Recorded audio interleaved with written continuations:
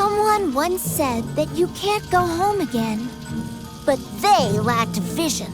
You think you do, but you don't. The drums of war thunder once again.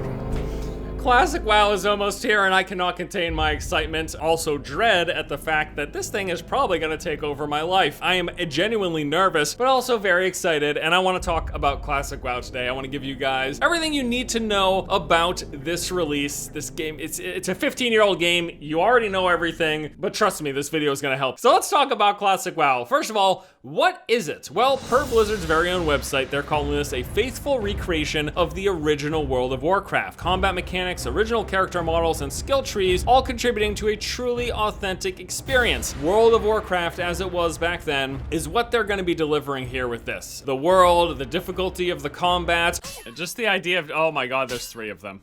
Run, pony! Oh, you're so dead. Oh no! God damn it. All the hell. Fucking shit. The requirement of working with teammates and forming a guild to take on accomplishments. Yeah, baby, let's do it. Group up to kill these bears, you know? Hey, another party member. See, look at us adventuring. Nobody fucking does this anymore. Not being able to fight 30 mobs at a single time because, you know, things actually hit hard and I'm dead.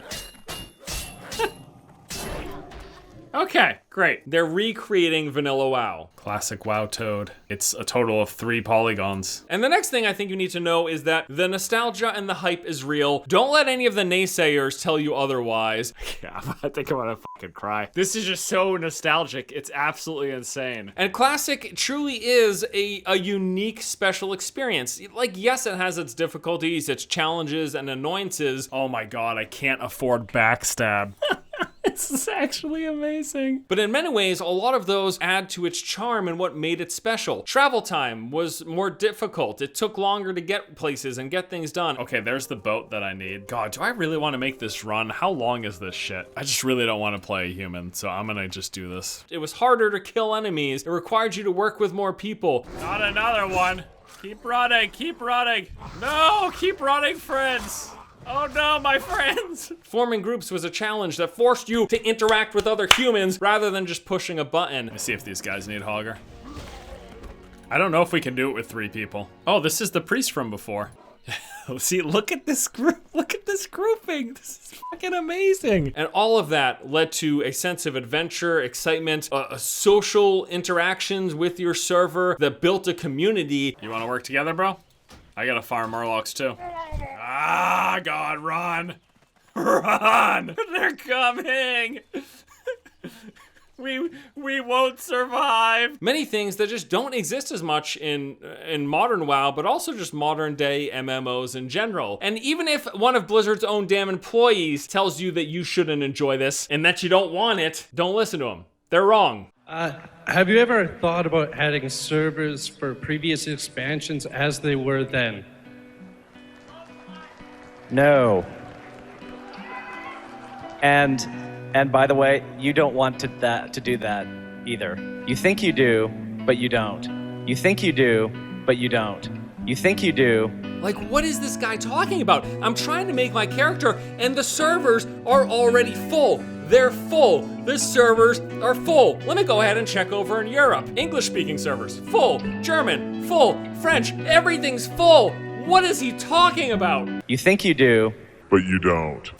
Why the f you lying? Why? I don't care what you say, there's a reason why there's so many people excited about Classic WoW. Are people gonna eventually stop playing? Of course, and I think that's gonna lead into the next thing that you need to know, and that's that it won't be the same. Not only have you played this game before, in many cases, this is also a game that's been figured out and played for the past 15 years with things like private servers. What's the best spec, or the best gear, or the fastest leveling techniques? All of that stuff is already known, that information readily available, plentiful guides out there for you to check out. There's no more mystery, there's no more sense of discovery, everything is already known, but that doesn't take away from what was special about the game still being special. I suspect there's gonna be like a large, healthy player base for many years to come, but yeah, a majority of the people excited that are gonna be jumping in right when this thing launches, many of them won't be there in 3 months, and that's okay. There's no problem with that. Like, the next thing you need to know is add-ons will be a thing in Classic WoW. They are allowed, although Blizz has mentioned trying to limit things that change the game too drastically. Really don't want add-ons that are going to take classic WoW and basically turn it into modern WoW. Although some of the stuff that you may have used back in the day is still going to be available. There's quest helper, damage meters, user interface options, a couple websites out there you can check out like willetclassic.com. Chances are if there's an add-in that you used back when WoW launched, it's probably going to be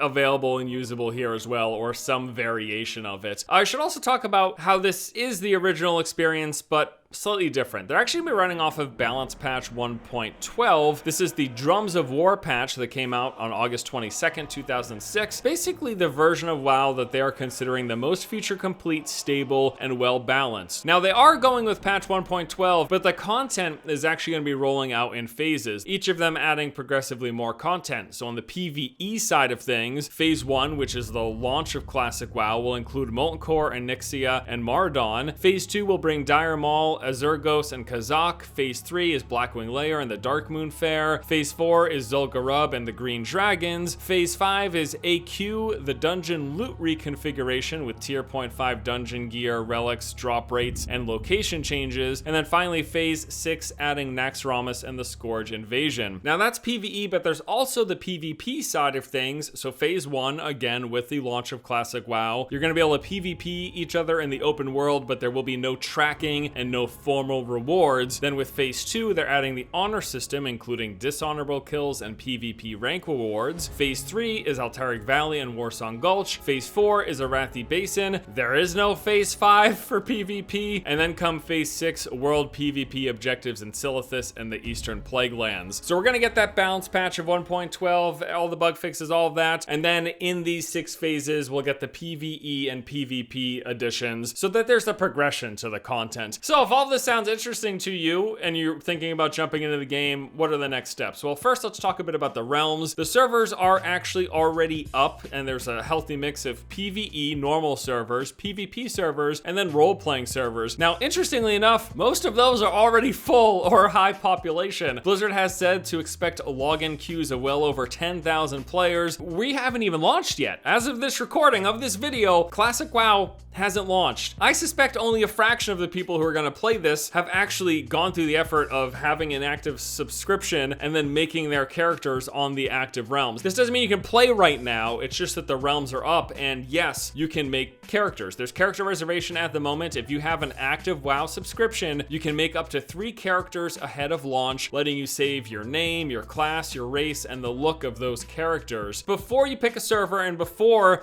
you make a character, be wary of streamers. Yes, everyone's favorite online entertainers. If you want to join my guild in Classic WoW, this is who you're going to have protect you. They're going to have big effects on certain servers, and you should kind of know what's going on with that. 1, go. Go, go, go. Run them down. Run them all down. Get them down. AoE everybody. AoE them all down. Yes! Oh my fucking god, yes! These big streamers are going to bring large crowds with them, and that's a big concern for the amount of players on the server. Hey, good job. Whatever mage that was, good job. I think that's the first time somebody's done that. Literal god. Actually, finally. How long it's going to take for you to get into the game, any latency issues that you might experience because of these super massive fan bases of these big name streamers. There is more people here than I've seen at any single point in BFA, you're right.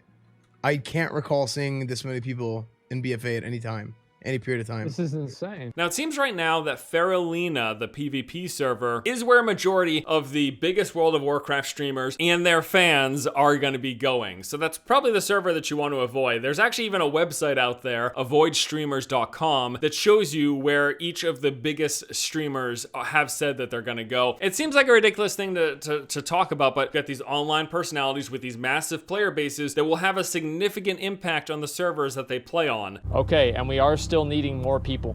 So if you want to come and be part of this, message Asmon Bald on the beta server, and we are inviting everybody that we can. And we are going over to Orgrimmar right now. Go! AoE them all down! AoE them all down! They're all dying! Look at these HKs! Look at these HKs! Welcome to the real world, son! We run this fucking game. So even if you don't care about live streaming and streamers in general, you should know about their existence and where they're gonna be if you want to play classic WoW. This also brings in the layering feature. Layering is something that they have added to classic WoW. There's graphs out there that kind of go into detail of exactly how this works, but the general idea is this is gonna alleviate the overpopulation at launch. If you have servers with tens of thousands of people in there all trying to kill boars at the same time, no one's gonna get anything done, especially since in classic there's no dynamic respawning, a feature that was later added to WoW. Respawn times on mobs is just really slow, so launch could be a total nightmare for that reason. So they're doing this layering thing, sharding and layering, they kind of break the immersion, which is a bit pain in the ass. Okay, good job. Be smart about kiting, man. Be smart. Okay, good job, good job.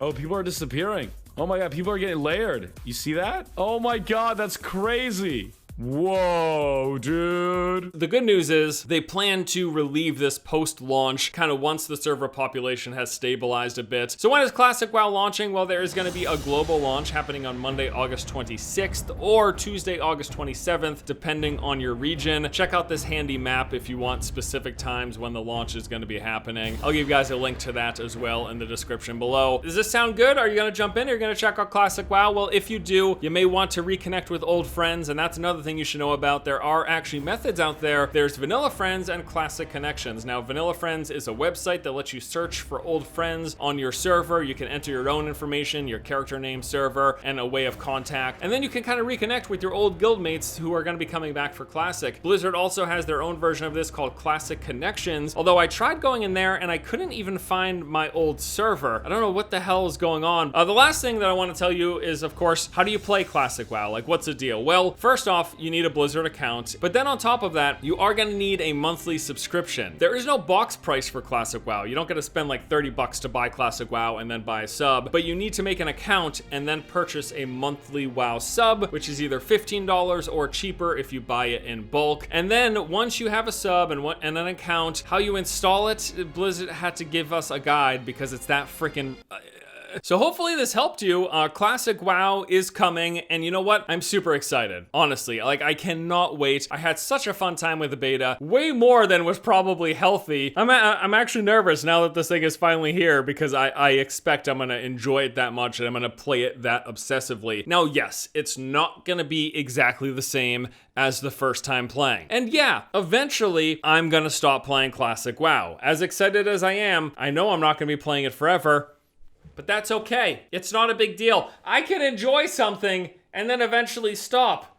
That doesn't diminish my enjoyment of it. I don't need to perpetually play a game for it to have been fun. Everyone needs to stop yelling at me about how no one's gonna play Classic WoW in 3 months from now. Servers are gonna be dead. Who cares? If we had fun for 3 months, isn't that great?